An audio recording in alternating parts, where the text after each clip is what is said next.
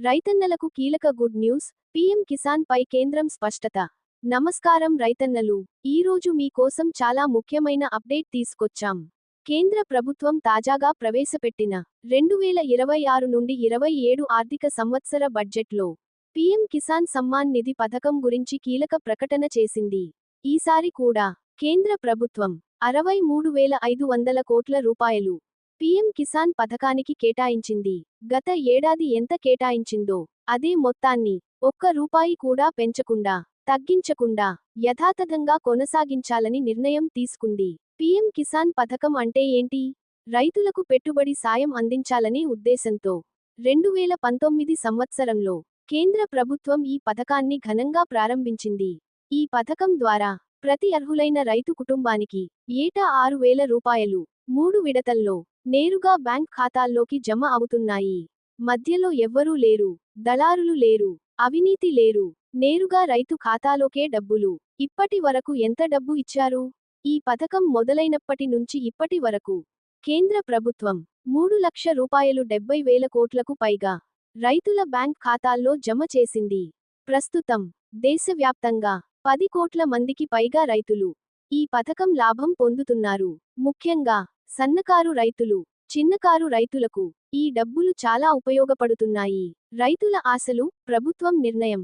2024 లోక్సభ ఎన్నికల టైంలో చాలా మంది రైతులు ఈ నిధులను 6,000 రూపాయలు నుంచి పెంచుతారని ఎంతో ఆశతో ఎదురుచూశారు. ఎందుకంటే విత్తనాల ధరలు పెరిగాయి, ఎరువుల ధరలు పెరిగాయి, కూలీల ఖర్చులు పెరిగాయి, డీజిల్, విద్యుత్ ఖర్చులు పెరిగాయి. అలాంటి పరిస్థితుల్లో 6,000 రూపాయలు సరిపోవడం లేదు అని రైతు సంఘాలు తీవ్రంగా విమర్శించాయి. డిసెంబర్లో జరిగిన చర్చల్లో కనీసం 9,000 రూపాయలు నుంచి 12,000 రూపాయలు వరకు పెంచాలని ప్రభుత్వాన్ని కోరాయి. కానీ ఆర్థిక క్రమశిక్షణ, బడ్జెట్ పరిమితులు అన్న కారణాలతో ప్రభుత్వం ఈసారి కూడా పాత కేటాయింపులనే కొనసాగించింది. గత బడ్జెట్ గణాంకాలు చూస్తే, కొన్ని సంవత్సరాల గణాంకాలు చూస్తే నిధుల వినియోగంలో కొంత హెచ్చుతగ్గులు కనిపిస్తాయి. 2023 నుండి 24లో అంచనా వేసిన దానికంటే 61,441 కోట్ల రూపాయలు ఎక్కువగా ఖర్చు చేసింది ప్రభుత్వం. 2024 నుండి 25 బడ్జెట్లో మొదట 60,000 కోట్ల రూపాయలు మాత్రమే కేటాయించి, తర్వాత లబ్ధిదారుల సంఖ్య పెరగడంతో రూ. 66,121 కోట్లకు సవరించింది. దీన్ని బట్టి చూస్తే అవసరం ఉన్నప్పుడు ప్రభుత్వం స్పందిస్తోందని అధికారులు చెబుతున్నారు. ఈ కేవైసీ తప్పనిసరి. ఎందుకంటే పీఎం కిసాన్ పథకంలో ఈ కేవైసీ ని కేంద్ర ప్రభుత్వం మరింత కఠినం చేసింది.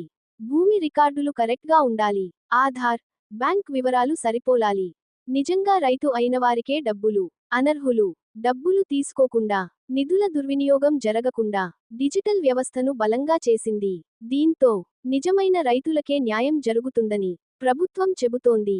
ఇతర సబ్సిడీలు కూడా ఉన్నాయి. పీఎం కిసాన్ ఒక్కటే కాదు, ఎరువులపై భారీ సబ్సిడీ, సాగునీటి పథకాలు, పంట బీమా, వ్యవసాయ అనుబంధ రంగాలకు నిధులు, ఇవన్నీ కూడా రైతులకు పరోక్షంగా తోడ్పడుతున్నాయి.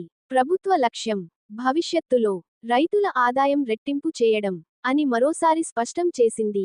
ఈ నెలలో మరో విడత డబ్బులు. ఇప్పుడు రైతులకి ముఖ్యమైన విషయానికి ఈ నెలలోనే పీఎం కిసాన్ మరో విడత 2,000 రూపాయలు రైతుల బ్యాంక్ ఖాతాల్లో జమ కానుంది. అంచనాల ప్రకారం నెల చివరి వారంలో డబ్బులు పడే అవకాశం ఉంది. ముగింపుగా, నిధులు పెంచకపోయినా పథకాన్ని ఆపకుండా నిరంతరం కొనసాగించడం రైతుల నమ్మకాన్ని నిలబెడుతోంది. గ్రామీణ ఆర్థిక వ్యవస్థను బలోపేతం చేయడంలో పీఎం కిసాన్ పథకం కీలక పాత్ర పోషిస్తోంది. ముందు ప్రభుత్వం రైతులకు మరిన్ని ప్రోత్సాహకాలు, మరిన్ని లాభాలు ఇస్తుందని రైతులు ఆశిస్తున్నారు. మీ అభిప్రాయం కామెంట్లో చెప్పండి. వీడియో నచ్చితే లైక్ చేయండి. ఇలాంటి అప్డేట్స్ కోసం ఛానల్ సబ్స్క్రైబ్ చేయండి.